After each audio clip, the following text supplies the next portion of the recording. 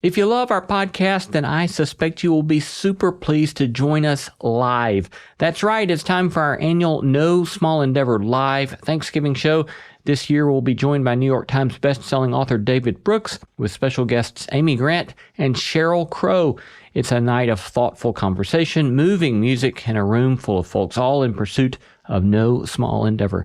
This year it's at the beautiful Schermerhorn Symphony Center here in Nashville, Tennessee. Mark your calendars for November 24. You will not want to miss this amazing night with some of our all-time favorite guests on the show. Don't wait. Go get your tickets now at nosmallendeavor.com. No Small Endeavor is brought to you by Progressive. Most of you aren't just listening right now. You're driving, cleaning, and even exercising. But what if you could be saving money by switching to Progressive?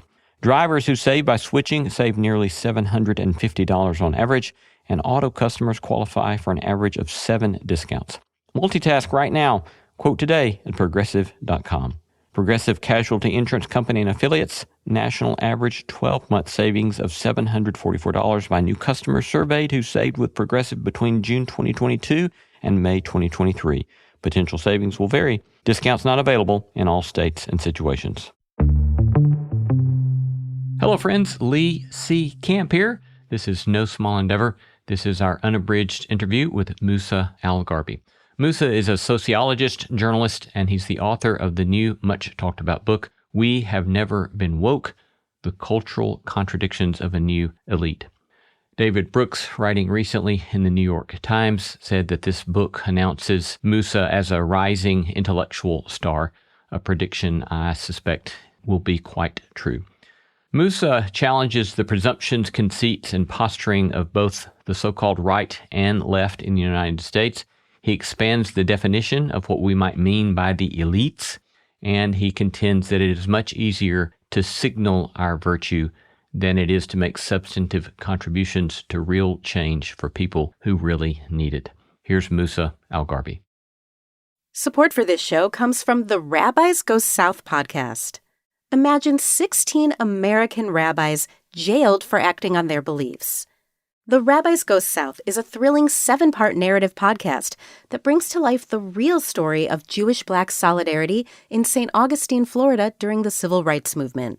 Discover what happened when the rabbis answered MLK's call. Presented by the Hub and Spoke Expo. Find the Rabbis Go South on Apple Podcasts, Spotify, or wherever you listen to podcasts. Musa al-Gharbi is a sociologist in the School of Communication and Journalism at Stony Brook University. His research explores how people think and talk about social phenomena such as race, inequality, social movements, extremism, national security, and foreign policy. Dr. al-Gharbi is also a columnist for The Guardian, and his work has also appeared in the New York Times, The Washington Post, The Atlantic, The Nation, and others. Today, we're discussing his new book, We Have Never Been Woke, The Cultural Contradictions of a New Elite. Welcome, Musa. Thank you for having me. It's great to be here. It's a pleasure to have you, and congratulations on already a very widely celebrated book. And so we're really grateful to get to have you with us today. You say in the introduction that your book is takes part in a tradition of Black critique, but perhaps it's a tradition of Black critique that a lot of people are unfamiliar with. It kind of goes back to somebody like W.B. Du Bois. So would you kind of unpack for us what that tradition of Black critique entails? Yeah, absolutely. So there is a tradition of Black critique, as you noted, that goes back to Du Bois, and that focuses on how people who present themselves as allies or advocates for African Americans often offer up symbolic gestures as a way of basically not making changes to things like the social structure or the material allocation of resources and things like this. And so there's this tendency in some circles for people who align with causes like anti-racism or civil rights or things like this to try to find ways to offer up symbolic gestures instead of material goods, allowing in many cases states of affairs that are bad or seem unequal to kind of persist unchanged while everyone feels better about kind of what's happening. And so this is a line of critique that has repeated over time. In chapter 2 of the book, towards the end of chapter 2 of the book, I highlight a number of scholars and activists who have emphasized this point, from Martin Luther King to Malcolm X to James Baldwin and others. And so there's uh, the book talks to a lot of different literatures and kind of draws on a lot of different things, but it definitely uh, does take part in this tradition of critique and analysis within the Black intellectual space. Yeah, you put quite a sharp point on it. At one point you say that these elite regularly engage in behaviors that exploit, perpetuate, exacerbate, reinforce, and mystify inequalities, often to the detriment of the very people we purport to champion. So unpack for us a few examples, perhaps, of that. Sure. So, for instance, an example of how sometimes social justice-oriented language or gestures can mystify inequalities, which is to say, make it more difficult to understand why the distribution looks the way it does, who profits from things, and how, would be talk about privilege. So in a lot of sociological circles and activist circles, there's this strong emphasis on white privilege, on getting people to acknowledge and confess their privilege. And there's kind of two things that are strange to me about this ritual. One of them is that there have been actual aristocratic societies where everyone did this. So that back in France, before the aristocracy was overthrown, there was this set of norms called noblesse oblige, where the aristocrats would confess their privilege, basically, and commit to using their privilege for the sake of the least among us in society. So the fact that you can have like a literal, formal aristocratic society where basically everyone does this ritual should in itself be almost a reductio ad absurdum proof that engaging in this ritual means anything, changes anything, does anything. But one of the ways in which this tendency to encourage people to confess their privilege can actually distort people's understanding of the social world is that this emphasis that all whites have the same privilege, and that white people, no matter who you are, whether you're a poor person who lives in a small town and is underemployed, or whether you're a white affluent professor teaching at Harvard University, that you both benefit the same from your whiteness. That's actually not an apt understanding of the social world. So in the book, I draw this analogy to illustrate this point about height. So being tall gives people a lot of unearned advantages. I'm 5 inches, 6 inches taller than the national average. That gives me a lot of unearned advantages. Tall people are perceived as more authoritative. They have advantages in the dating market. They get hired more. And this is completely unearned. I didn't earn my height. I didn't do anything to deserve it. So these are completely unearned advantages. Okay, but it's not the case that everyone who's my height would necessarily enjoy the same benefit from their height. So if you lived in a community where everyone else was also 6 inches taller than the national average, so if you were just in a community where most other people were tall, then even if I was 6 inches taller than the national average, I wouldn't benefit much from my height competing with other people for mates or jobs or anything like that. I would be normal relative to my context. The way in which you would benefit from being 6 inches taller than the national average would be to live in a community where a lot of other people were shorter than the national average or were just average, right? So which is all to say that that privilege or unearned advantages in general are context dependent. So to cash this out in the racial terms, so if you're a white person who lives in a community with that's primarily with primarily other white people, then you actually don't get the same advantage from your race as you would if you're a white person who lives in a community with a lot of non-white people, especially if you live in a community, if you're relatively affluent and you live in a community with a lot of less affluent white people that you can exploit. So this is the thing, if you live in and so as I illustrate at length in the book, um, this tendency to collapse these distinctions, to pretend as though someone who works in finance, a white person who works in finance in a city like New York City, benefits from their race in the same way as someone who lives in a small town that's in a mostly white small town, and so on and so forth. To pretend like they enjoy the same uh, racial differences, that they exploit non-white people in the same way or at the same rate or anything like that, actually it's false. Um, and uh, and so so this is a case where you have a narrative that's about social justice and that seems oriented towards racial inequality, but what it does is actually distorts our understanding of who actually benefits from racialized inequalities and how specifically they benefit.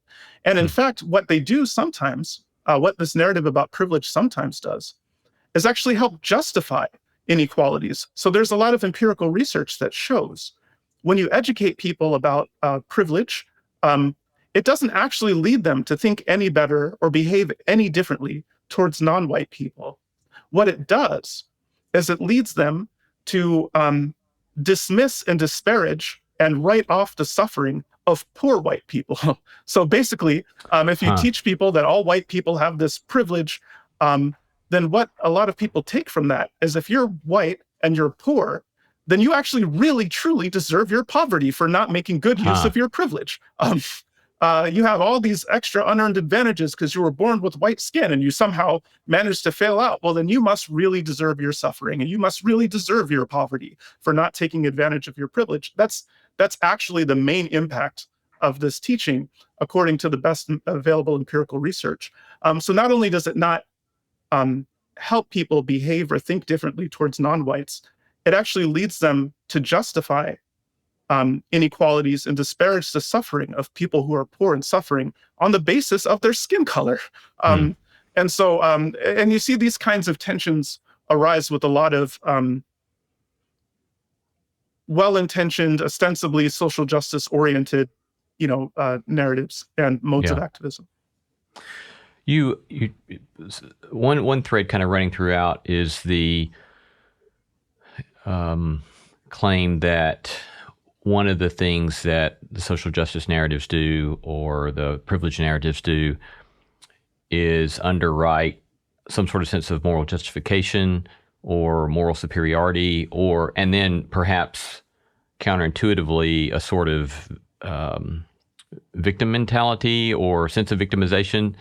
So how do you see that playing out, and how do you see that at work? Yeah, so there's this interesting history of so when you look at who's most likely to accept or espouse what you might think of as woke views or woke modes of political engagement, etc. It tends to be a pretty narrow and unusual slice of society.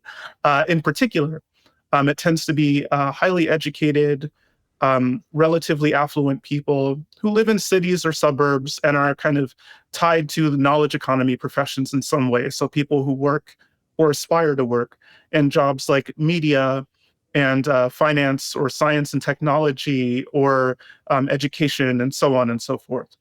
And one of the things that's striking about a lot of these professions is that from the beginning of when these jobs were created, the kind of unusual the high pay that we receive, the social prestige that people in these jobs receive, the autonomy we have compared to other employees, these were justified on the basis of the fact that these professions that we work in are fundamentally altruistic and that we serve the common good. And so you should give us more pay, you should give us more autonomy, you should give us more respect and prestige because we'll use that to help everyone in society, including and especially the least advantaged. And so journalists, for instance, are supposed to speak truth to power and be a voice for the voiceless. And academics are supposed to follow the truth wherever it leads without favoring without favoring narratives based on political expediency or special interests and so on, right? So we have these kinds of altruistic, common good oriented jobs. Okay, So the fact that these jobs have been justified this way, that our pay and our salary and our prestige are justified this way, creates this really unusual mode of competition within these specific professions, within the specific slice of society, where people who do a really good job at presenting themselves as altruistic, as committed to helping people who need help, and so on, are viewed as being especially worthy of high-paying positions, of high-status positions, and so on, whereas people who are successfully painted as being beholden to special interests or too concerned about, inordinately concerned about themselves, or and so on and so forth, or especially who are viewed as holding the wrong kind of views about women or racial and ethnic minorities or sexual minorities, religious minorities, and so on. Those people are viewed as being unworthy of power, of status, unworthy of even keeping their jobs, and they often lose their jobs when they're successfully painted that way. And so basically within these professions, you have this kind of interesting mode of status competition that has been part of the symbolic professions basically from the time they were created. So for roughly a century now. And this shifted a little bit. There was a kind of change in this competition after things like the Civil Rights Act and Title IX that prevented, before, when these jobs were created, they were initially restricted pretty much to only WASPs, or white Anglo-Saxon Protestants. Other people were basically unapologetically excluded from a lot of these jobs. Organizations like the American Bar Association, for instance, would just not recognize schools that trained Black lawyers, and would not admit Black lawyers to the bar. They were very explicitly, aggressively, unapologetically exclusionary. So after this started to change, and you started seeing more women, more minorities, more openly gay people, and so on, being folded into these professions, this created a new mode of competition. So instead of just competing to prove that you are the best advocate or ally for disadvantaged groups, a growing number of people who are in these professions claim to be literal embodiments of different disadvantaged groups, or claim to be both allies and victims of various forms of social injustice.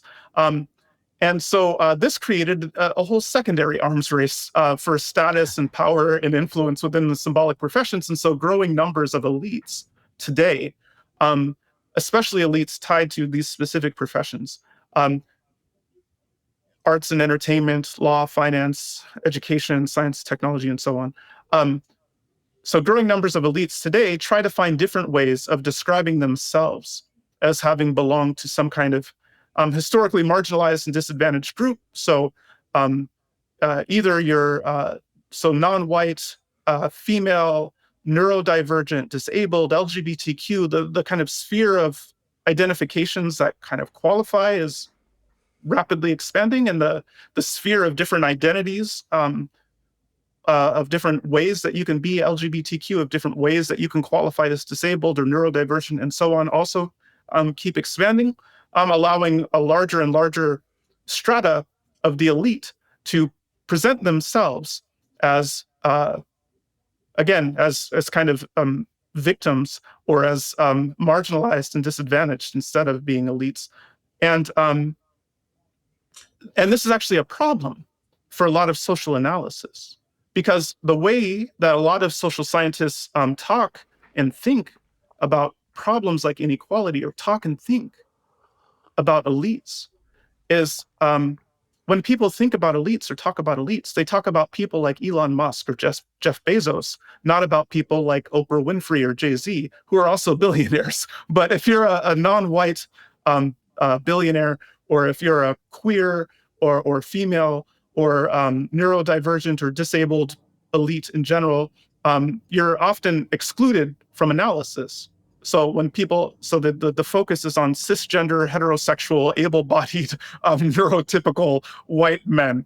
And this is a problem because that doesn't, in a world where growing numbers of elites don't identify as that, if you only focus on those people, then you have this increasingly impoverished understanding of who the elites are, of who benefits from the social order, of how different social problems and different social phenomena kind of reproduce over time. So it's really important to widen the lens and look at to look at people who identify as various marginalized and disadvantaged groups in the same way that you would talk and think about people who don't identify with those groups. And so that's one of the big projects of the book. I think one of the big things that this book does that's different than how a lot of other... Yeah.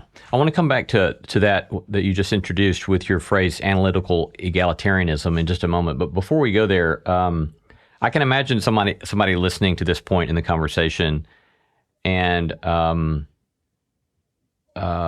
given our contemporary, easy to hand partisan categorizations that are typically used in trying to understand who somebody is.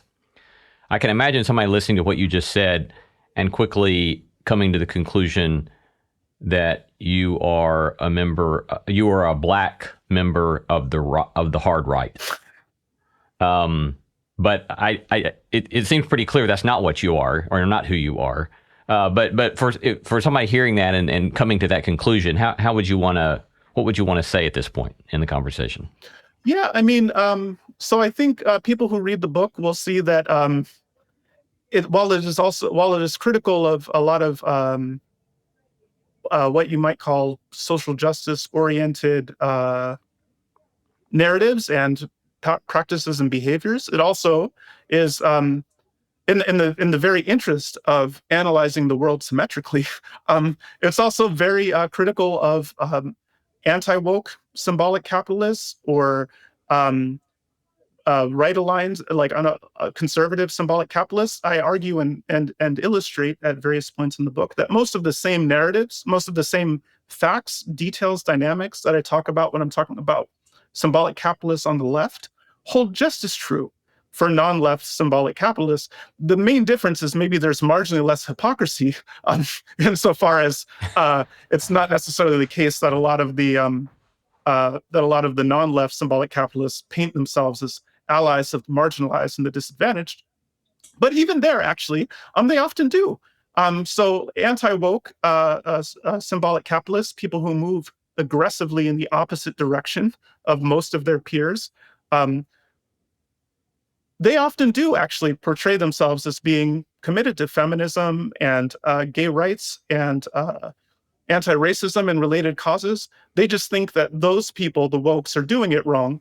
But then an example that I talk about in the book is that a lot of anti-woke people, for instance, align themselves with Martin Luther King and his vision for, as they understand it, of a kind of colorblind approach to racial justice, to transcending our racial differences. And okay, but what's interesting about that is that a lot of the people who say, oh, we shouldn't be doing Black Lives Matter style anti-racism, we should be doing Martin Luther King style anti-racism. Okay, but are they doing Martin Luther King style anti-racism? Are they participating in, are they trying to organize or participate in marches like the Poor People's March and things like this? Are they trying to unite kind of working people across racial lines to address social problems? No. They're doing the same thing that they're criticizing a lot of the woke people for, which is sitting in their armchairs, kind of railing about social problems. They think that criticizing the woke people, they equivocate that with doing something, when it's not. It's not doing something any more than people changing their Instagram. Their Instagram thing is doing something. And so there's a lot of symmetry that I underline in the book between a lot of these different symbolic capitalists. They often share the same mindsets. They have the same kinds of lifestyles. They live in the same kinds of communities. And so there's not, for our purposes, there's not a big difference. I focus a lot on the left-aligned symbolic capitalists because they're the majority, the overwhelming majority, to like a 2-to-1 or more, depending on field, a majority of symbolic capitalists. But the story that I'm telling is about symbolic capitalists as a whole, and their political alignments really don't matter for the purposes of the story that I'm telling. Yeah. Yeah, I think that me being in the Bible Belt, my more common experience is to hear people in the symbolic world certainly take the anti-woke stance, right? But what's so fascinating about it to me is that certainly in the Bible Belt, with a kind of Christian veneer to a lot of these kind of conversations, you have people who will say, we can't give into the culture, and we've got to hold to transcendent truths and all that kind of stuff. But it seems that, in fact, what they're doing is that they're allowing these sorts of cultural notions and categorizations actually to define the things that they speak up about, rather than, the larger, deeper traditions of the Christian faith or whatever, like, about care for, solidarity with the poor, Yes. But instead a select number of kind of culture war topics that they can get, one against the other. I don't know, but commentary on that? Yeah, that seems right to me. I mean, so I grew up, before I was a fancy New York intellectual. I grew up until 2016, I lived in a small military town in Arizona, Sierra Vista, Arizona. Home of the world's first McDonald's drive-thru, but that's a side note. Yeah. And so, part of actually what inspired this book is I had this kind of profound cultural whiplash to move from the military town I grew up in to Manhattan at an Ivy League school right after Trump got elected, and everyone, and so a lot of what kind of motivated the book was me trying to figure out what is happening here? What are people doing right now? But for all that, all that to say, your description seems apt, of my own experience in the kind of communities that I grew up in, prior to living in Manhattan and becoming an East Coast elite intellectual. I did. I also, and you kind of pointed to this in the question about what are people doing, but I think that as I was reading through your book, I wondered, and I think you've already kind of alluded that the answer might be yes. I wonder if there's a distinction to be made between the kind of elites you were describing and some of what in Nashville, for example, some would call social justice warriors, some of the ones that I know, and actually some of whom are former students of mine, who actually are on the streets with people and who actually are working on change in policy. But is that part of your sort of corrective that you're calling us to? Is this sort of, let's not just do this sort of what I guess some people would call virtue signaling, and I would note as well, there's a virtue signaling of the left and there's a virtue signaling of the right. But you're calling us beyond that to somehow kind of really get in the mix of things that will have some sort of concrete effect and action in the world? Yeah, absolutely. And so, and one thing that's important is I think a lot of times when people are committed to activism or committed to making change in social problems, what they'd like to do is find some way to address the social problem that doesn't require any kind of meaningful sacrifice or change on their part. So, the idea is, especially the idea that's most popular on the left among mainstream symbolic capitalists, is basically if we can just tax people like Jeff Bezos or Elon Musk enough, we can solve all of these problems, and we don't have to change anything. We can just continue. And this is actually a fallacious argument, for a few reasons. First, because one of the problems with taxing people like Jeff Bezos and Elon Musk is the fact that after we collect that money from them, who's going to redistribute it? Well, it's going to be us. And the idea that we're going to take this money and redistribute it evenly to the people who need it without taking anything for ourselves or our own communities or our own families or enriching ourselves in any way is nonsense. It's nonsense that the same kind of idea inspired a lot of people to attempt various forms of Marxist revolutions, and they consistently failed for this very reason, that the noble intelligentsia who was supposed to oversee this stuff were immediately corrupted by power and wealth because they're human beings. And the same thing, and you can see this actually, as I point in the book, when you look at the first what I call the first Great Awakening back in the 1920s. So shortly after the income tax was passed, and a lot of philanthropy, as we understand it today, started to be established. A lot of money was taken from the Gilded Age elites and redistributed.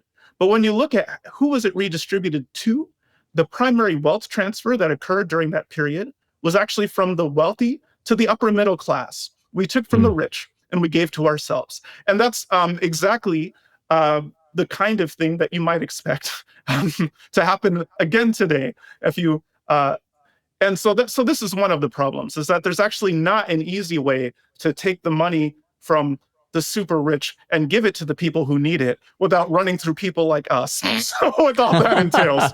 And then the second problem with this narrative is that as Richard Reeves and others have shown in his book Dream Hoarders, and others have also, is that when you look at who's actually driving the lack of social mobility, the economic stagnation and stuff like this, it's actually mostly not the millionaires and the billionaires. In fact, if you look at the allocation of wealth in society, it's definitely true that the top 1% own a radically disproportionate share of wealth, but they don't own most of it.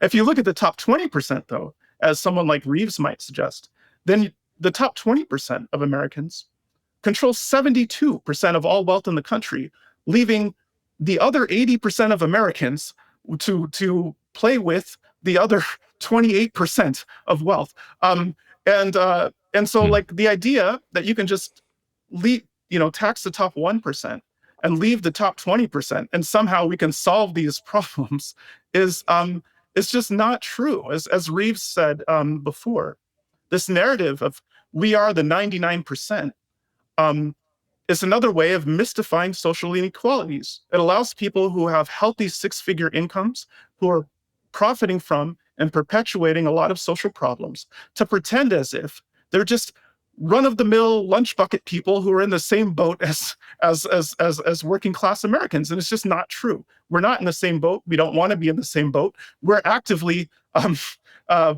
bolstering our own boat by taking planks out of theirs. And so I think it's important, and one of the things that I try to emphasize in the book is that if we want to actually address a lot of these problems, there's actually not an easy way to do it that involves just taxing the super rich while we go about our own lives. It will actually require us to make important sacrifices, to make difficult choices. And the fundamental tension, I argue in the book, that has defined the symbolic professions basically from their creation, is that while a lot of us are committed to social justice, we do want to see the oppressed be liberated, we do want to see the poor be uplifted in all of this, we also really want to be elites. We want to enjoy a higher position than most other people. We want other people to defer to us and to respect us more than other people. We don't think that people should take our opinion and someone working at McDonald's opinion in the same way. We think that our opinion should carry a lot more weight. Not just about the areas in which we're experts, but in general. And these two drives are in tension, right? You can't be an egalitarian social climber. You can't be an egalitarian elite. These are two drives that we have that we're sincerely committed to on both ends, but they're in fundamental tension. And when push comes to shove, when we have to choose between perpetuating or enhancing our own position or helping our children reproduce our own position or climb up the ladder further versus living our social justice ends, when we're put in a position where we have to choose, and we do have to choose in many instances, it's the former drive that ends up dominating and that ends up subverting our pursuit of social justice, driving us to taking these more symbolic gestures instead of doing things that we could do in our own lives that could make a difference. So I'll give you one quick example. Um, in schools like where I used to live in Manhattan on the Upper West Side, there were most of the people who were attached to Columbia University sent their children to private schools. There was a public school there. PS 165 is the one that was closest to campus. It's where I sent my own kids. But there were not too many other Columbia people who sent their kids to the local public school. They overwhelmingly sent them to private schools. And this matters because there's a lot of empirical research that it shows when you take more well-off people and mix them in with less affluent people, this can be life-changing for less affluent people. It can help them develop different types of cultural and social capital. It can help mitigate some behavioral problems and risks that they might face from criminal justice because they fall in with possibly different groups of friends who have different kinds of hobbies and who can, and so on and so forth. So this kind of social mixing of classes within a school can be life-changing for less advantaged people without actually diminishing in a meaningful way the prospects of the more affluent people. So there's a lot of research that shows, for instance, people who got into University of Pennsylvania, which is an Ivy League school, versus Penn State, which is a land-grant public institution. For people who got into both and chose to go to Penn State instead, you actually don't see a meaningful difference in terms of things like their salaries, their job positions, and things like this. And the reason you don't see this difference is because if you're a kind of person who gets into University of Pennsylvania, an Ivy League school, chances are you already have a lot of stuff going for you. You're going to be pretty capable, pretty disciplined, pretty conscientious. Chances are you grew up in a relatively affluent family and your family already has a lot of professional connections. You already have a lot of cultural capital. The people whose lives get transformed by getting folded into elite schools tend to be people from less affluent backgrounds because they form ties that they wouldn't have had with elite people. They have people take them more seriously when they wouldn't have before because their degree says Columbia. They have they learn ways of presenting themselves and carrying themselves that help them fit in elite spaces and seem like they so that that benefits them on the job market, stuff like this. So relatively affluent people could actually help mitigate some of the socioeconomic inequalities, some of the racialized inequalities. They can help lift up the poor people in their own communities by just sending their kids to their zone public schools. It doesn't take anything. In fact, it's a lot easier than what they currently do, which is pay tens of thousands of dollars per year and stress themselves out and their children out trying to aggressively get into these pass the tests and write the right essays. And then they have to physically transport their children to school because there aren't buses for private schools. The buses are for the public school children. So it would actually, not only would it not be harder, it would be a lot easier. It's to just follow the default and send your kid to your zone public school would be of benefit. And it requires you to do nothing. Like it doesn't require you to actually exert any more effort. So it's really easy. But it's also really hard. It's hard in the sense that it's your own children. And even if you think that that the risk of your child, if you send them to the zone public school, that the risk of your child being, say, harmed or falling in with the wrong crowd or something like that, even if you think that risk is pretty small, say 1%, are you really willing to roll that 1% dice with your own children? Or even if you think that it probably won't make a difference if you send them to the public school versus the elite one, but maybe there's a small chance, say a 1% chance, that it could be the difference between them getting into Harvard versus having to schlepp it at CUNY or something like that. Even if you think that there's only a 1% chance, a lot of families are willing to go through all of this effort, shell out tens of thousands of dollars, take their kid to school, let the public school children languish with in areas of concentrated poverty. They're willing to do all of that just to help avoid the tail end risks or possibly risk these tail end benefits. And so this is the thing: is it would be actually, this is a situation where it actually wouldn't be hard for a lot of these professionals in New York. New York is one of the most progressive areas in the whole country. One of the most affluent areas in the whole country. One of every 12 New Yorkers is a millionaire. But it also has the most racially segregated school systems in the entire country. It has actually the most racially segregated school system in the entire country. And this is not something that New Yorkers are helpless to prevent. Send your kid to their own public school. But they don't, but they're not willing to do that. And so this is a prime example of there are a whole bunch of low-hanging fruit that people could do, practical things that they could do, not symbolic things like changing your Instagram thing, not donating to corrupt organizations like Black Lives Matter, but like practical things that you can do in your own community that could make a difference in a real place with concrete people. And they don't, but they're just not interested. Because if it requires them to put their own children at risk, or in a meaningful way change their own prospects, or lower their own status, or change their own lifestyles, they're just not interested in doing that generally. I want to turn to some of your biographical experience, but before we do that, I want to go back to the thing I said a moment ago that, again, is kind of central, I think, to what your project is. In the introduction, you speak of analytical egalitarianism, and you say the problem is not that the, quote, wrong people are being preyed on, it's the preying per se. So unpack that for us a bit. Yeah, absolutely. So sometimes when you read social justice oriented literature, the impression that you get is that the goal, their vision, their social vision for the world would be to basically flip the existing hierarchies to that's enough of white people oppressing people. Let's let Black people oppress the whites for a while, or let's let the women oppress the men for a while. Let's kind of invert the status hierarchy rather than taking the ladder down. Let's just change who's at the bottom and who's at the top. And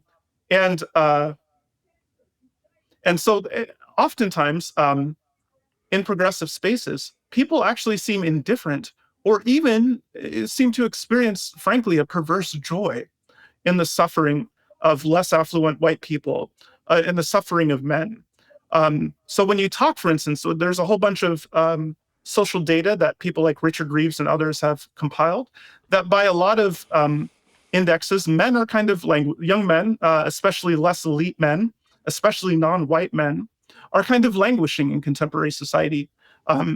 They're growing increasingly likely to die deaths of despair. They're being increasingly likely to move out and live independently, to get married, to be employed consistently. They're underemployed or unemployed altogether at increasingly high rates. When you look at who is it that's most likely to both commit violence but also die of violence, and who's most likely to be incarcerated, and so on and so forth, it's men. But in a lot of feminist spaces, if you want to talk about the plight of men, if you want to talk about the fact that in a lot of fields, men are dramatically and increasingly underrepresented in those fields, the modal response you'll get is cry me a river, like, ooh, boo-hoo for the poor men. And the same is true for whites. Like most poor people in America are white. It's true statistically that certain non-white populations are per capita more likely to be poor than a white person is per capita. But when you look at who are the poor people overall in America, a plurality of poor people in the United States are white. And so if you're only concerned about poverty when it affects certain groups, then you're going to miss like the bulk of poverty. And so the idea that poverty is bad when it's Black poverty, but when white people are poor, they deserve it for not taking advantage of their privilege, or they deserve it because they hold noxious views, they hold the wrong views or vote for the wrong people. So they deserve their poverty, they deserve their suffering, they deserve their marginalization, and so on. Holding that kind of a position is not actually an egalitarian position. It's just it's a call to change the hierarchy, to basically have the same kind of exploitation, the same kind of oppression, but just to change who's the oppressor and who's the oppressee. And that's not exactly social justice, as anyone would typically understand it. Thank you. So you say in your an online biography that I found fascinating that, as you mentioned a moment ago, raised in Arizona, a military family by and large. And then you said, as I approached adulthood, I aspired to be a Catholic priest, prepared for that vocation through rigorous studies of Christian theology, scriptural exegesis, and higher criticism of the Bible. However, following the crisis of faith, I abandoned this calling. And then you say you went wandering and conceived of yourself as an atheist, but couldn't fit that on. So I would just be fascinated to hear you unpack some of that and share a little bit of that narrative with us. Yeah. So after I kind of abandoned my initial life plan, and I really had no idea what I wanted to do with my life. So I was taking classes off and on in community college, and I shifted from doing private studies of theology to private studies of philosophy, because it was a way to explore some of the same questions about the meaning of life and the nature of reality and so on and so forth, but just from a secular standpoint. And I was fortunate at that time at the community colleges that I was attending, Cochise College. There was a professor there, Mike Jaworski, who had previously been a member of the Harvard Society of Fellows, and then had worked for the World Bank for a while. And then, following a kind of a health crisis with his wife, had to kind of take the foot off of the accelerator of his career. And so they ended up living in this small town in Arizona, and basically for fun. He was teaching at this community college, and he took a shine to me, and really through this period of wonder. I mean, I was attending community college off and on for like 6 years, working, managing jobs, or doing managing stores, and doing sales, things like this in the private sector, while attending classes off and on, and then doing private studies with Jaworski. So during this phase, I had kind of rationally convinced myself that religion was nonsense and there was no God, but I couldn't like feel it. I couldn't make myself feel it. And so I was left with this dilemma of, okay, so either I can just ignore that, the sense that I just don't feel like it's actually true, this thing that I've rationally convinced myself of, and just continue to say I'm an atheist anyway, which is terrible, because then that's like a bad faith atheist, and I think there's nothing worse than that. Or I could say I'm like spiritual but not religious, or something like this, but that was also kind of intellectually and spiritually unsatisfying.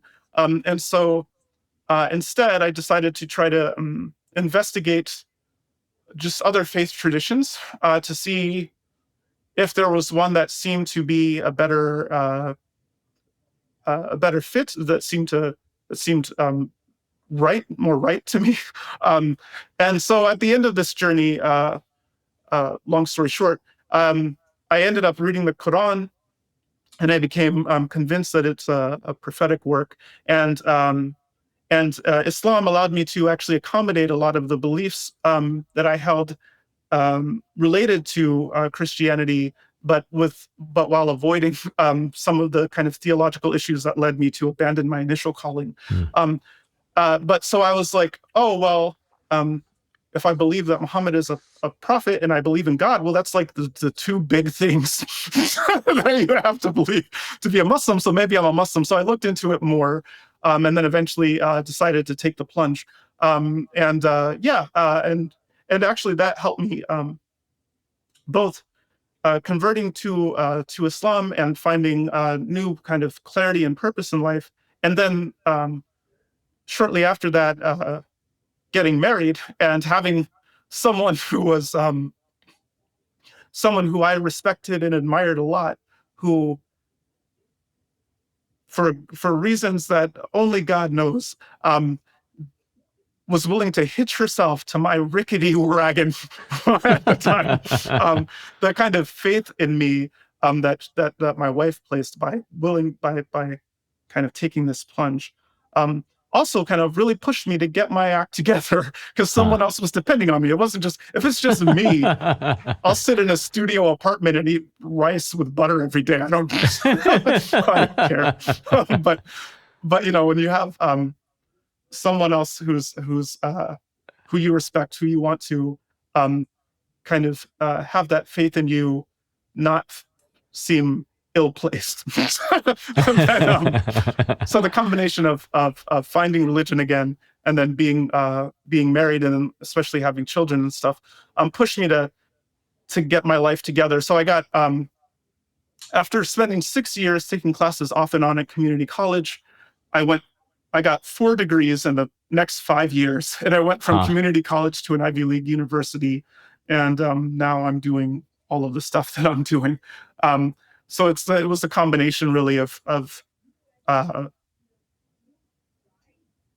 getting a new clarity and sense of purpose from my religious journey, and then having different stakes in life in virtue of being married and being a father.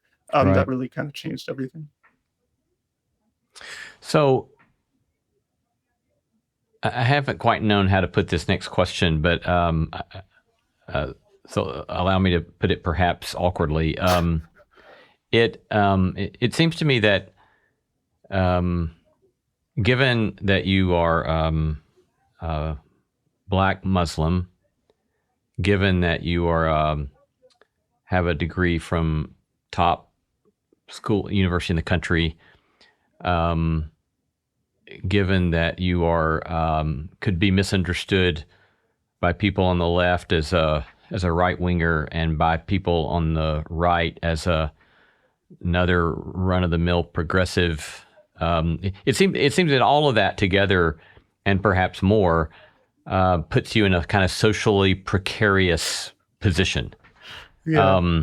And that rather than, I mean, in many cases, going back to earlier in our conversation, again, in many cases, any one of, or a number of those kind of qualifiers or descriptions that I just listed could be used as a sort of marginalization identity that then could give you certain social cachet.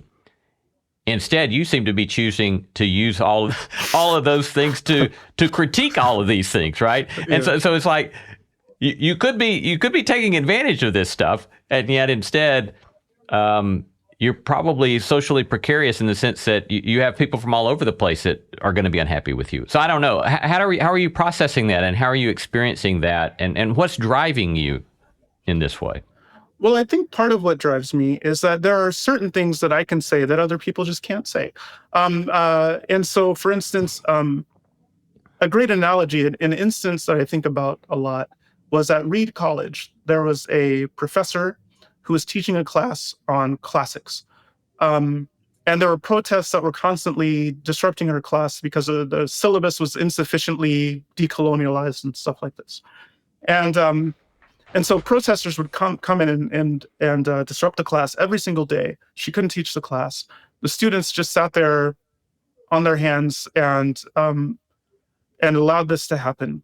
And then one day, a couple of Indian students from India stood up and said, "Hey, come on, knock it off, get out of here, knock it off with this." And then all of a sudden, all of the other students also stood up and said, "Yeah, come on, get out of here, don't come back here," and so on. They shut it down. And they stopped it. The protests didn't come back again.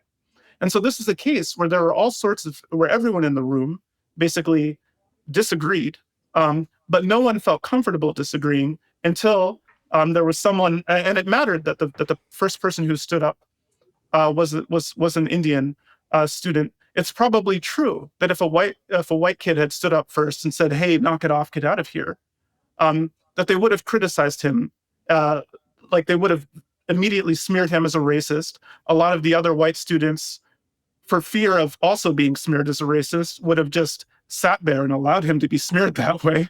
And the protests would have continued, or maybe even became more emboldened.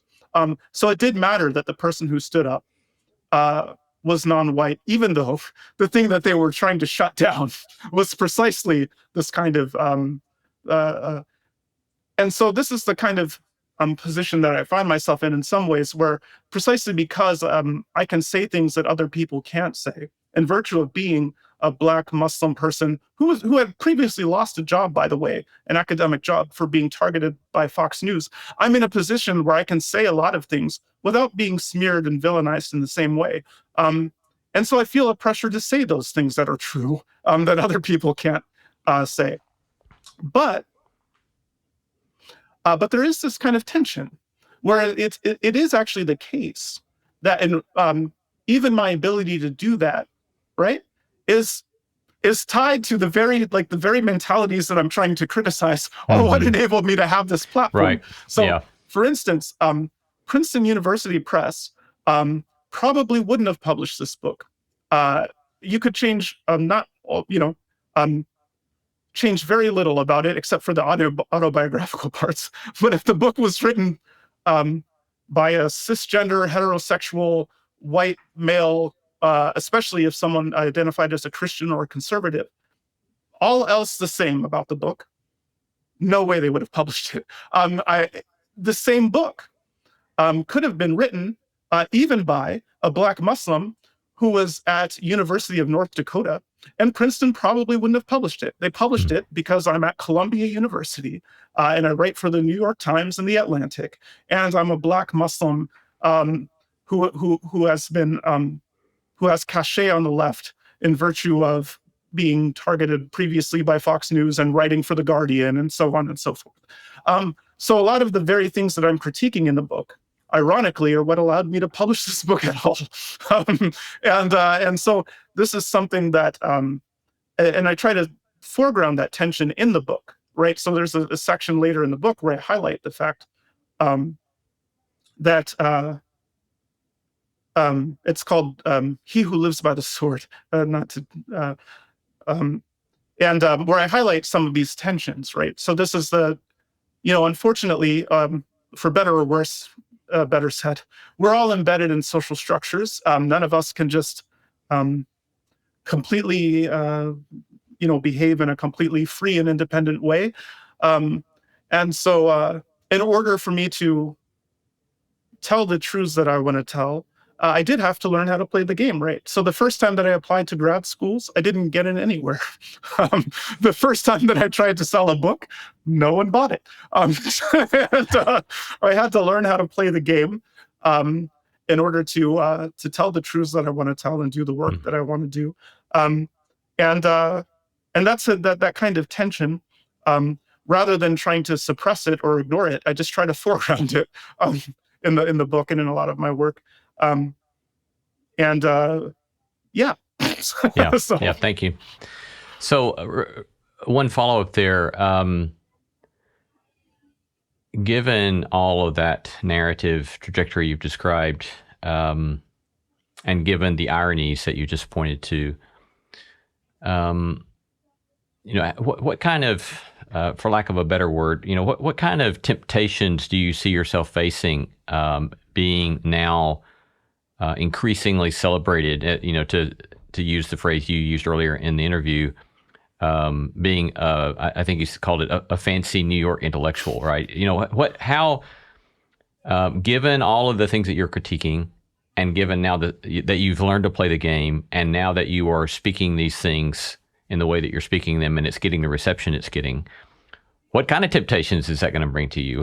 What kind of, are there certain things that you're aware of that I know I'm going to have to be careful about X, Y, and Z, and these are the ways I'm going to try to deal with those? Yeah, there are like three things that really, three of these that kind of keep me up at night, I would say. One of them is that there's always this hunger in a lot of mainstream symbolic capitalist spaces for someone to be like the secular preacher, the soul soother, I don't want to be the next Ibram X. Kendi, but the temptations to become the next Ibram X. Kendi are very pronounced. I mean, you can get Kendi does talks, he gets 50,000 or more to do a talk. He has big centers. He gets in the New York Times and blah blah blah. So there are all these incentives if you want to be the kind of the person who kind of sells indulgences to, and so not doing that, trying to really keep this awkward distance that I currently have rolling, despite the and a lot of people have wrestled with. Ta-Nehisi Coates has also talked about how he became the black guy that white people cite all the time to show that they know stuff, and this created a problem for him, and it's part of why he resigned from the Atlantic, is because he was in a position where everyone was really fawning over him, where he would be able to publish and say anything and everyone just eats it up and claps for him, and this actually made his work worse. It made his thinking worse. And he said things like this in interviews. It's like, how do you keep yourself kind of sharp? How do you keep yourself grounded in a world where the very people that you're criticizing are eager to like bear hug you and fold you in and incorporate the things you're saying into their own legitimation narratives? And so this is a thing that is like, yeah. So I don't want to be the next how to be an anti-racist guy. So that's one. I do hope the book is successful. By all means, if I sell as many copies as Kendi, God bless the world. But but the role I want to play is different than that.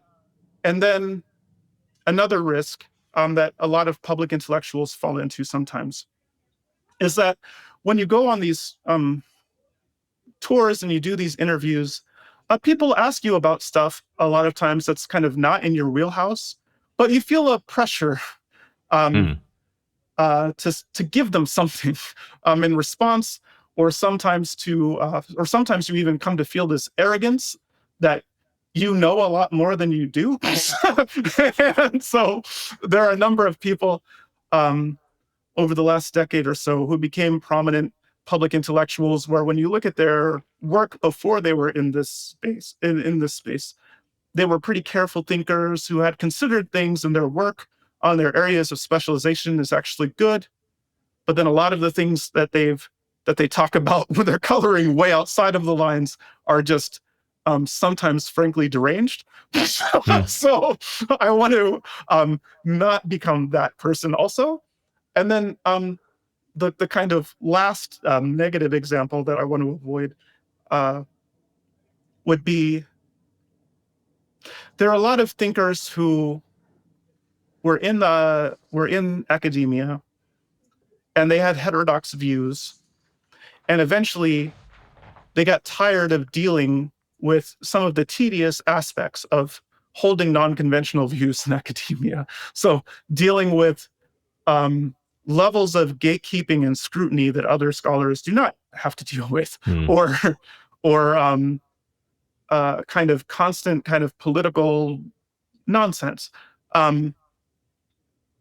And so that leads some people to exit. But in my experience, looking at some of these people who have made that move, it's actually made their thinking worse and their work worse. So I think it's actually, there's a lot to criticize, for instance, about peer review. But when the system works as it's supposed to, it actually makes the work a lot stronger.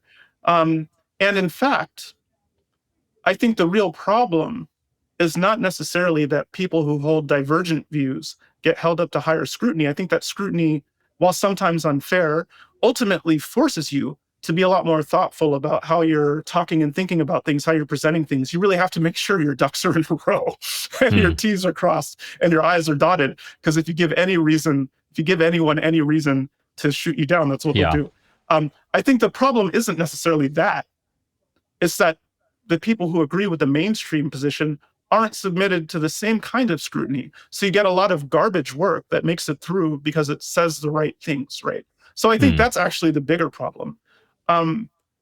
Being held to higher scrutiny and higher standards and all of this, it's exhausting at points, it's tedious and whatever, but like, I think it ultimately makes me a better thinker and makes the work better. And that's true for this book, by the way. So sometimes when a press is committed to publishing a book because they think it'll be a hit or whatever, a university press, they'll send it to softball peer reviewers who they think will give them the answer they want, which is publish the book. And I didn't want that for this book because what I was really afraid of is that there would be some foolish thing that I said that I couldn't see why that's like obviously dumb, but that makes it through because it gets to softball reviewers and then everyone drags me for it when the book is. So I wanted to avoid that. So I encouraged the press to send it to people who I thought would be fair readers, but tough, critical people who would not necessarily agree. Yeah. And I gave them a slate of people who I thought might fit that bill. And they sent it to, I don't know who exactly they sent it to, because, they're cautious about that, but they clearly took the advice. And they sent it to people who gave it fair reads, but very critical reads, often from kind of a left perspective. And that made the work actually a lot better, a lot sharper. This is what I want to avoid, is the more prolific you get, the easier it can be to sometimes escape the orbit of normal gatekeeping and criticism. Right. Yeah. And there's a lot of temptations to do that too. It's just easier. Everything is easier. You just say what you want. You don't have to worry about all the nonsense. And so trying to avoid that temptation is another thing that I think about a lot. Yeah. Thank you for that. Two last questions as we close. Given the you alluded, for example, to being publicly sharply criticized by Fox News, and then on the other hand, kind of being academically canceled, if you will, by progressive left-leaning circles. I mean, it's not uncommon for someone to, I think, have an experience of being canceled or publicly castigated, critiqued by whatever social grouping force, and then to fall prey to or to give into the sort of naturally understandable inclination to then go after that group, right? So you've had experiences where you could make the right, the great demon, to be attacked, and you've also had experiences where you could make the left the great demon and attack. And yet, we've never met before until today, and yet you strike me as someone who has this sort of deeply, genuinely ironic spirit, peaceable way about you. And so I just wonder, what has fueled or made possible, assuming what I'm seeing is at least somewhat true, what fuels this sort of peaceable way to try to keep telling the truth as you understand it, but do it in a way where you're not demeaning or demonizing or further fueling the partisan hostilities that we have all around us? Yeah. I mean, so I'll say, the temptation is strong. You see a lot of people who get canceled and they kind of go off the deep end in a couple of ways. One, sometimes they just become hardcore culture warriors against the people who canceled them. Or they become really hostile to the institutions that didn't, because especially when you're canceled, I think sometimes it's even worse, honestly, to be canceled by the people who have been canceled by the left, who have lost jobs or been socially ostracized, because in that case, it's sometimes the people who are stabbing you in the back or whatever, or just watching as you're bleeding out, are your own colleagues and friends who join in with the mob or just stand aside and let it happen. And this was also true when I got canceled by Fox, when I got targeted by Fox. I had a lot of people email me privately like, hang in there, buddy. Well, this is unfortunate, but no one was willing to publicly stand up for me or defend me or try to advocate for my, because they didn't want to find themselves in the crosshairs too. And so that kind of cowardice and especially a sense of betrayal in the event that it's your own colleagues and institutions that really can have a radicalizing effect on people. in my case, after I lost my job and was then subsequently denied admission to PhD programs at the school that I used to attend. Um, so what happened with the Fox News thing in the first place is the way that I engage today isn't the way that I used to engage necessarily. So before, um, I wrote for outlets like Al Jazeera and other Middle East oriented outlets, um, and I was speaking mostly to people who already agreed with me um, about stuff, and as I became increasingly kind of prolific, so for instance, at Al Jazeera America, I regularly published articles that would get like tens of thousands of shares.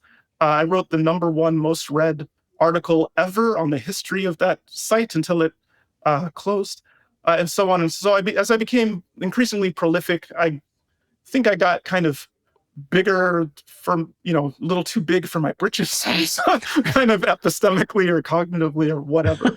um, and so I published this article in this journal, Middle East Policy. It was exciting. It was the number one cited journal for Middle East studies. It was very prestigious to get work placed there.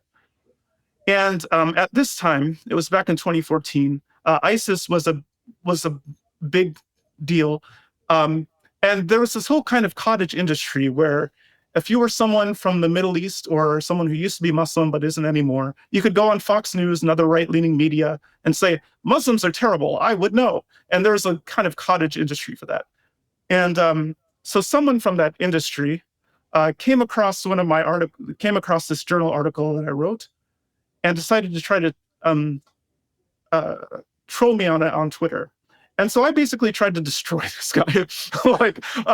I showed that he was completely ignorant about the empirical facts. And then as he started to clearly lose the empirical side, he tried to shift to these discussions about liberty and justice and stuff. And I was like, great, I'm a philosopher. Let's do that.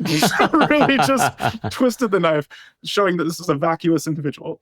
The problem with that is that I was at the time an adjunct professor and a columnist for Al Jazeera, but he had access to Fox News. And so I really, and so as a result of humiliating this person and getting under his skin this way, he launched a smear campaign to try to get me fired from University of Arizona, taking bits and pieces of things that I wrote in different outlets, taking them way out of context, often to argue the opposite of what I argued, and trying to portray me as some kind of anti-American radical, which is perverse, of course, because again, like the only reason I do the work that I was doing at all was because I personally know loss from war, and that I come from a military family in a military community.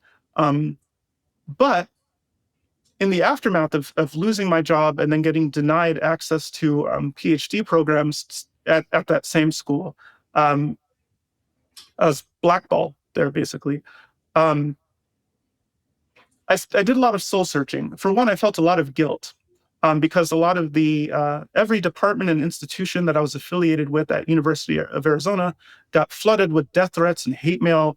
And I felt non-trivial guilt for having brought upon my colleagues this kind of chaos as a result of my own social media hot talking. And I also sat with a lot this question of why is it that so many people were willing to believe this kind of insane caricature of me that was being painted on Fox News. And there's a not good way that you could answer that question, which is to say, well, the reason they were willing to believe that is because those people are a bunch of, brain dead, indoctrinated people being indoctrinated by the Koch brothers and blah, blah, blah, blah. But that was unsatisfying to me intellectually and otherwise, in part because, again, I grew up in the military. I know most of my friends and family and loved ones and stuff, like people who were conservatives or Republicans or GOP people, even though that wasn't necessarily my own persuasion. So I know those people, those people weren't like some mysterious entity to me. Um, they were my people in a deep sense, even though I disagreed with them on a lot of moral and political views.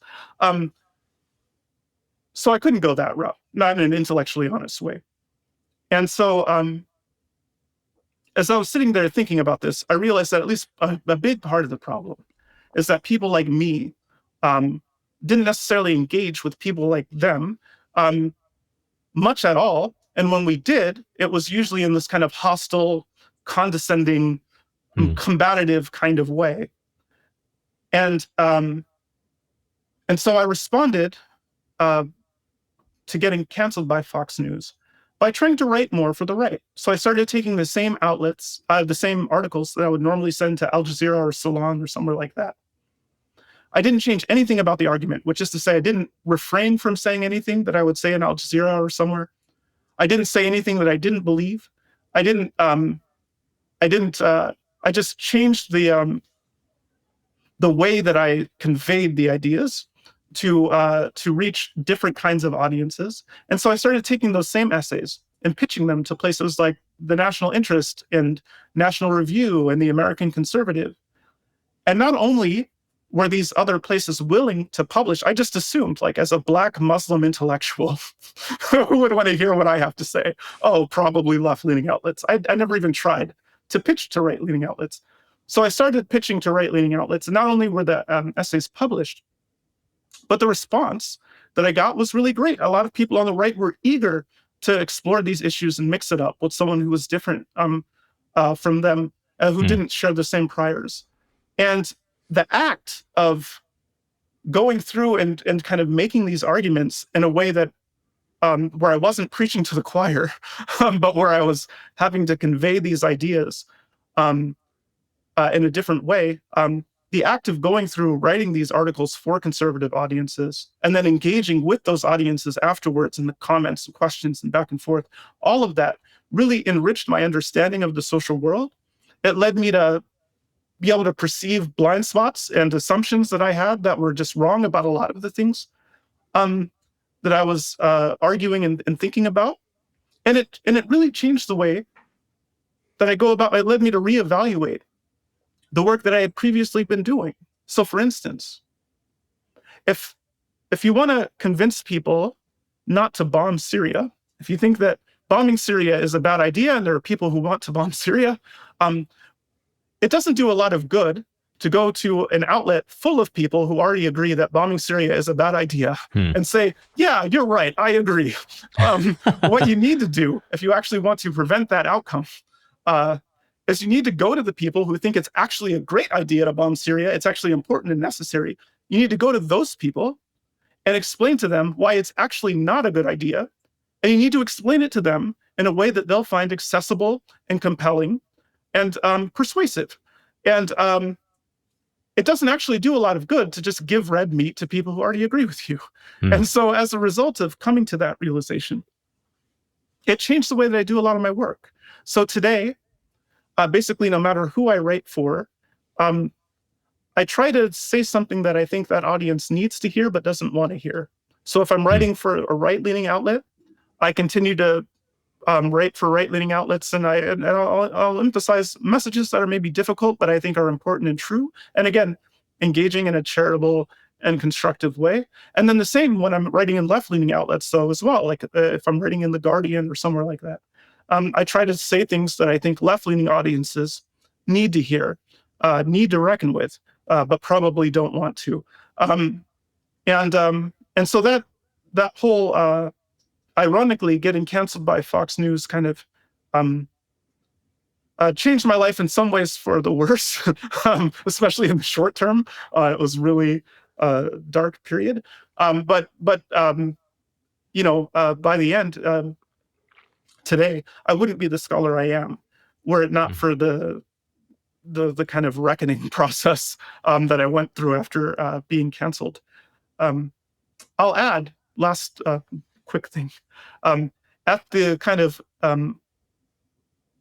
pinnacle, as a kind of sign of how far I've traveled down this path, I was recently invited to Fox News to talk about my research about exploring how social scientists and journalists often misperceive Trump voters. I was on the Ingram angle.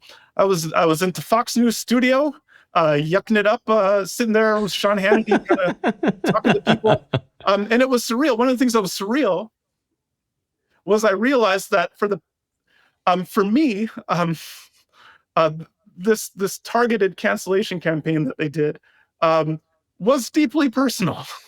But for them, it was, for the one guy who started the whole thing, it was definitely personal. I humiliated him. He wanted to destroy me. He succeeded, at least in the short term. But for everyone else involved with that, they just needed to fill airtime until until it was on election day 2014 that they did this. While they were waiting for the Senate to see who took control of the Senate, they just had to kill some airtime. And so they just kind of casually destroyed my life as a way of just filling the air. There was nothing personal about it. And in a way that's even more horrifying, because if someone does something to you that's devastating, you almost hope that they have some investment in it, that they're passionate about it. But it was just, they're just filling the airtime. It's just content. And so, yeah, I was there in the Fox News. I did a great great interview with Laura Ingraham. No one remembered or cared about the fact that they had 10 years. Fascinating. Right, yeah. But yeah, so this is a sign of like, just how much has shifted, both in terms of how I engage with other people and how other people engage with me, by virtue of adopting this alternative approach to engaging in the world with people. Yeah. Thank you for all of that. You've kind of already gotten toward an answer, at least maybe one potential answer to the last question, but in just a minute or two, if you were to, someone listens to you, someone reads your book, and their question is, give me some practical wisdom for engagement in the world out of what you've seen and what you've learned. What might be 2, 3 aphorisms, bits of wisdom that you would share in that regard? Yeah, I think the first one is to really focus on the people you're trying to help. What do they actually need? What do they actually want? A lot of times activists, when they're engaging in activism, they do things that are satisfying to them or useful to them, but might not well reflect the interests and desires and needs of the people that you're trying to help. So I would invite people to take a little time, do a little bit of research, find out what the people you're trying to help actually want and need, and prioritize that instead of what's useful for us. The other thing that I would urge people to do is to take a hard look at the ways in which, so for instance, if you're talking about your racial identity, if you're talking about race or racial issues as an African American or a Hispanic person or a non-white person, how often are you talking about your own experiences and your own backgrounds and your own interests and your own desires versus the interests of people who actually need help? So I guess the second thing to emphasize is try to find ways to decenter yourself. Like there's this temptation, there's this, in part because you learn these scripts when you're in these institutions, that what you're supposed to do is actually make it about yourself. You're supposed to talk about poverty and disadvantage and prejudice and discrimination and kind of fold yourself into the picture and tell this heroic bootstrapping account or whatever. But this kind of thing that we do to jump through gatekeeping hoops ends up distorting our understanding of the world, because we end up doing it even when we're not trying to write an essay to get into Harvard or something. We end up doing it just when we're having conversations about social issues in general. We kind of seamlessly move the conversation from talking about impoverished people who are actually being targeted by police to talking about the microaggressions that we suffered at work, as if those things are even remotely in the same universe of problems. They're not. And so I would urge people to be mindful of the fact of how often they're talking about themselves when they don't need to be and probably shouldn't be when they're discussing social issues. I'll just leave it there, actually, because I think I don't want to keep the audience open. We've been talking to Dr. Musa al-Gharbi at the School of Communication Journalism at Stony Brook University on his new book, We Have Never Been Woke, The Cultural Contradictions of a New Elite. Musa, thank you so much for the conversation today and your work and your lovely spirit that you bring to it. We're so very grateful. Well, thank you for the kind words, and thank you for having me. I'm Shankar Vedantam, here to tell you about a great mystery. That mystery is you. As the host of a podcast called Hidden Brain, I explore big questions about what it means to be human. Questions like, where do our emotions come from? Why do so many of us feel overwhelmed by modern life?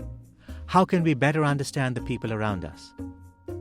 Discover your hidden brain. Find us wherever you get your podcasts.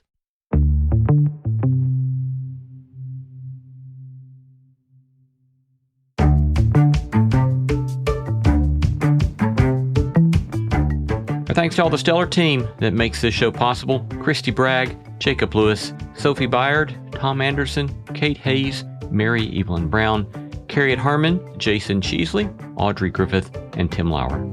Thanks for listening, and let's keep exploring what it means to live a good life together. No Small Endeavor is a production of PRX, Tokens Media LLC, and Great Feeling Studios. Hey there, Jacob Lewis here, executive producer of the show, as well as co-host of all of the bonus material that you will hear with Lee on No Small Endeavor Plus. And I just wanted to chime in and share a little taste of our conversation we had recently with songwriter Andy Gullahorn. So the context here is that on NSE Plus, all those bonus episodes, rather than talk about the good life, we conduct experiments with a guest derived from our many interviews that Lee has had with amazing people over the years. And this month, we tackled climate change, and we've assigned singer-songwriter Andy Gullahorn the task of making a climate action Venn diagram. This is derived from our interview with Dr. Ayanna Johnson. And then he's got to take some sort of action toward what he comes up with on that climate Venn diagram. Here's a little taste of that conversation. Did you ever interview Peter Harris? Yeah. Like, getting to know Peter over the years, I was thinking about that when you're talking about, he talks about doing climate work is like sitting with a dying friend and asking, you're saying having both feet firmly and like, yeah, there's some serious stuff that is happening here, but is there still something beautiful? Like, if there wasn't a way to completely change all the damage that has been done, is it still worth loving? So getting to be around people like that who ask those kinds of questions, and I just get to learn from them. Yeah. All right, that was just a snippet of our NSE Plus conversation. If you want to hear the whole episode, right now, go to nosmallendeavor.com and click Join NSE Plus. From